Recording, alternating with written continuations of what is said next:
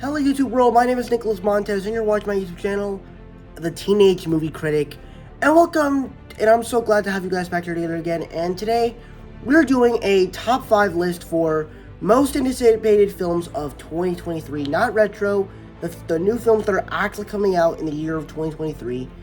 And I'm actually kind of excited to do this list because there's a lot of movies that are coming out this year that are like so exciting to talk about. So before we get started, I'm going to give you a few honorable mentions. So the first one, and I can't really remember all the honorable mentions because there's so many movies, I am going to forget all of them. But these are the main ones I can think of right now. The first one is Cocaine Bear. So basically this is a movie that is going to be releasing next month on the 24th of February. And it's basically based on a true story of a bear taking cocaine, except the only difference between the movie and the real life situation was the bear actually died from the cocaine, but in the movie, he takes the cocaine and goes on a murderous rampage, and that's what creates the movie Cocaine Bear, which, honestly, that sounds like a fun concept, though I wasn't the biggest fan of the way they did the trailer. Overall, I'm kind of pumped for that film. Then we got Winnie the Pooh, Blood and Honey, and this is another film that it's kind of part of that era of taking your childhood characters and turning them into, like, horror factions. And, you know, we got that with The Grinch, which is called the Mean One that we got last month. I didn't see it, but maybe wherever this movie releases on a streaming service, I'll definitely watch it. But I'm a little curious to know exactly what this film is going to be or look like. I mean, we've got a little bit of a good look, but I'm hoping that it's at least good. I'm wondering how they're going to do it, though. I guess the next honorable mention will pretty much be all the other MCU films that are coming out. Well, actually, no, let's do some more. I'll save the MCU films for last. The next one will be Scream 6 or 5 or 7. Scream 6 or 7. The new Scream film that takes place in New York. I think it looks pretty cool. So that's another honorable mention. Next, we also got a Teenage Mutant Ninja Turtles film, Mutant Mayhem. This one actually has me intrigued because when you think about some of the last couple of animated films, like Puss in Boots: The Last Wish, The Bad Guys, one of the unique things about them is that they've had this very unique animation style that feels similar to like Spider-Man Into the Spider-Verse. With this movie, that's exactly what they're doing. They're taking that animation style of what they did in Into the Spider-Verse and Mitchell's vs. the Machines, and I was a fan of both of those films. So the fact that they might do this with another comic book movie just excites me really a whole lot. So I'm excited for the new Teenage Mutant Ninja Turtles film.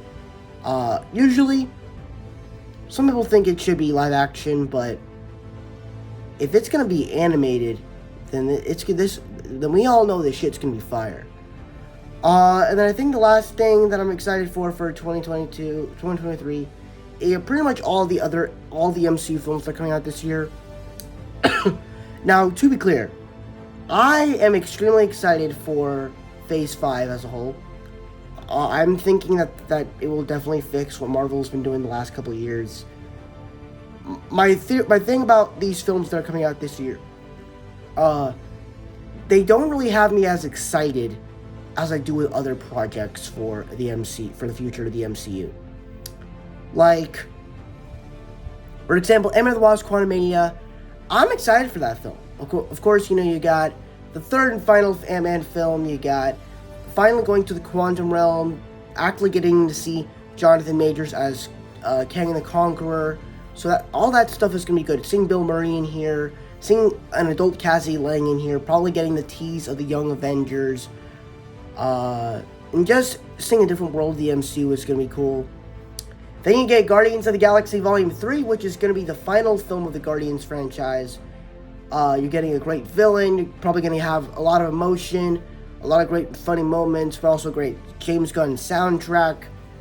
That movie's probably gonna be great. And then you get the Marvels, which is probably the most difficult film of them all, because I did kind of like the first Captain Marvel. I know a lot of people didn't, but I liked it personally.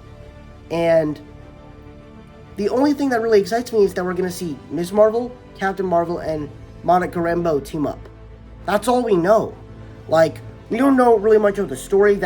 All we know is that they're gonna be like protecting each other on this like musical planet, but like that's not exactly the best concept for a film, and I don't know how you could really create a film like this. So yeah, that's kind of my perspective on the MCU films. Like, I'm excited for all of them, but it's like there's not really a certain one where I'm like, oh yeah, this is definitely gonna be top tier Marvel. Now, if you want to know my most anticipated MCU film of the year, it's definitely I'm definitely going to choose Guardians of the Galaxy Volume 3, just because of the way they proceeded that trailer.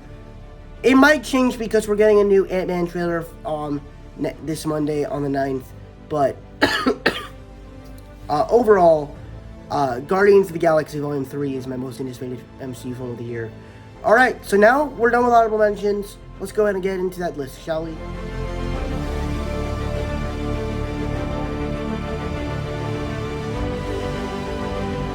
Yeah, for me, the original Little Mermaid is one of the best Disney animated feature films of all time. And so, when they announced that they're making a remake, of course, I was extremely excited because I love this movie, and I love the story, and I love the songs and the characters and all that. And, you know, they also announced that they're casting Halle Bailey as Ariel, and that they also announced that Ariel is going to be black in this one, and which didn't bother me, because it's like, I mean, it's a remake. I mean, at first I was like, why aren't they making her white?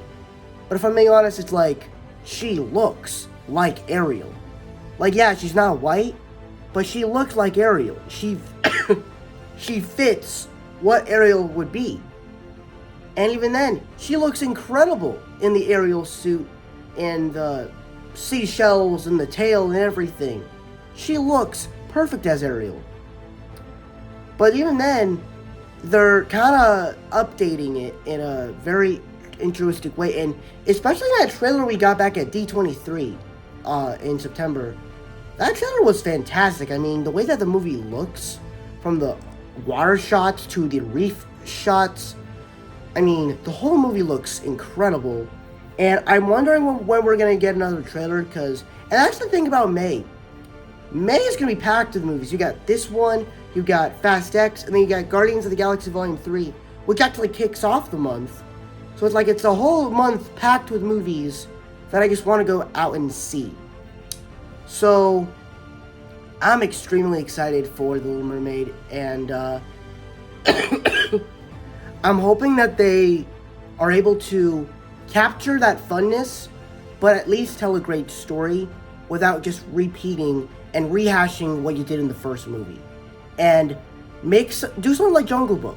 I think Jungle Book is the perfect example of how to do a story that we all love, that we all do a movie we all love, but make the story interesting. Obviously, the story in the first film was so simple, but how do you take that and make it interesting? That's what I want them to do with The Little Mermaid, and I hope they really do good with this one.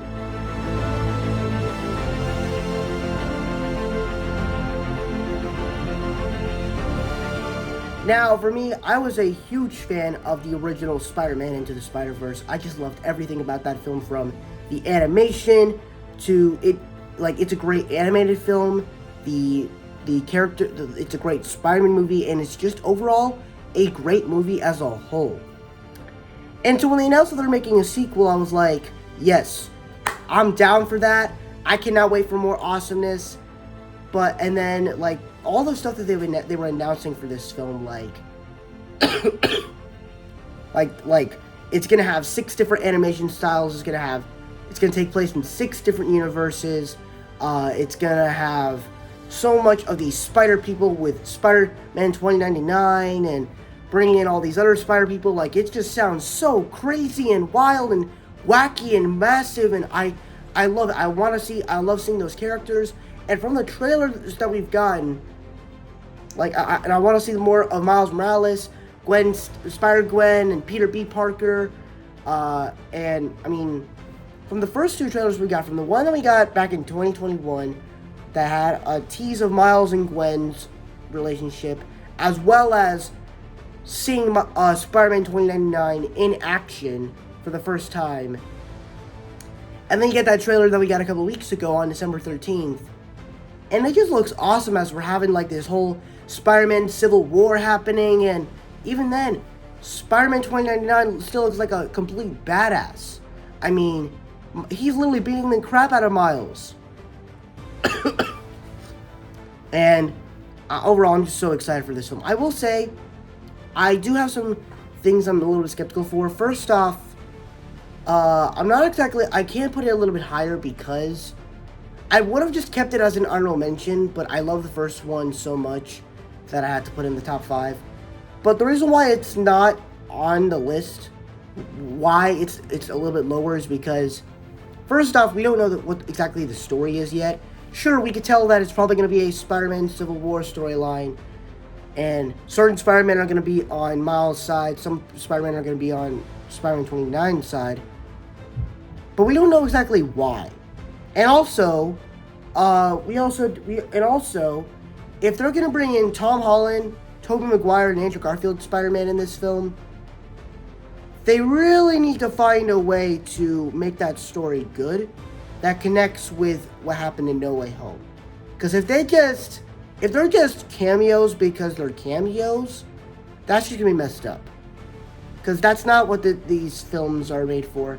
They're made to tell great Spider-Verse stories, and that's what I think that they should do. So that's kind of my thoughts on Spider-Man Across the Spider-Verse, and I'm super excited for this film, and I cannot wait to see it June 2nd.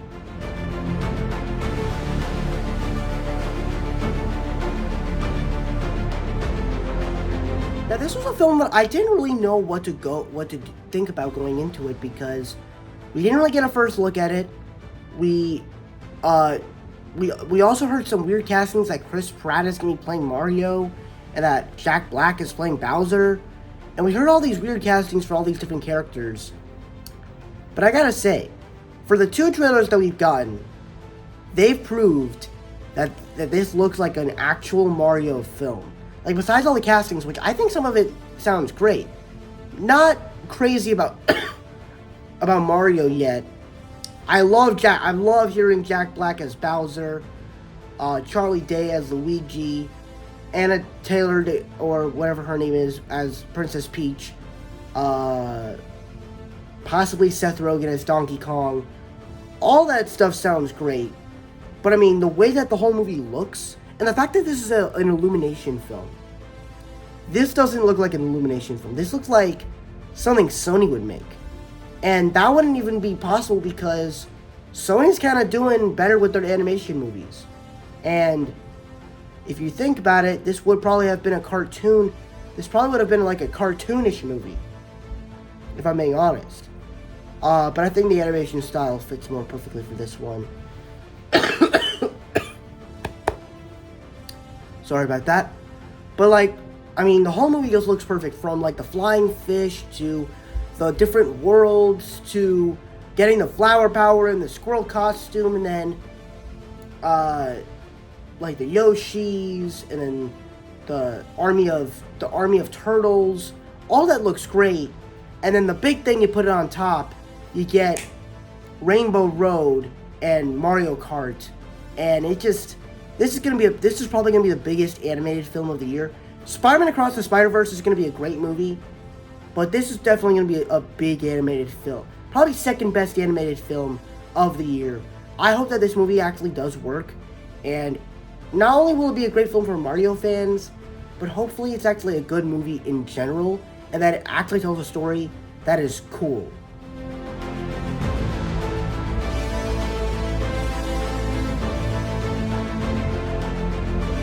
Alright, so for me, I absolutely love the Rocky franchise, and I love the first two Creed films, and honestly, when you really just think about them as films in general, like the first one worked so well where they were able to tell this story about the son of such a wacky Rocky character, and they were able to humanize it and have human emotions and stuff, and but at the same time have some brilliant action.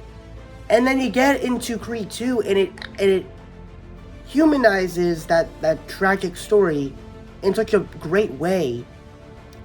And then you get into this film, and it's, first off, you're putting Michael B. Jordan, Adonis Creed himself, in the director's chair, and he's directing this, and you have Jonathan Majors coming in, and a lot of people are like, well, why is he so buff? He's probably for Kang the Conqueror. No. He's buffed up because he's getting ready to fight Creed. Sorry, that was my water bottle. But yeah, so I mean, and the fact that he's going to be facing his biggest threat yet in his old long-lost best friend, that sounds great. And the trailer we got looks incredible. But I think the other thing that really improvises this film is that you're getting Michael B. Jordan, and a great actor, to be in the director's chair. And one thing that he's doing with this film is he's bringing this movie to the IMAX to make the fights visceral and beautiful as possible. And I'm like, that is a great idea. Like, bringing these fights to the big screen and seeing it on the biggest screen possible, that is incredible. I love that idea. So I'm so excited for Creed 3 when it comes out March 3rd.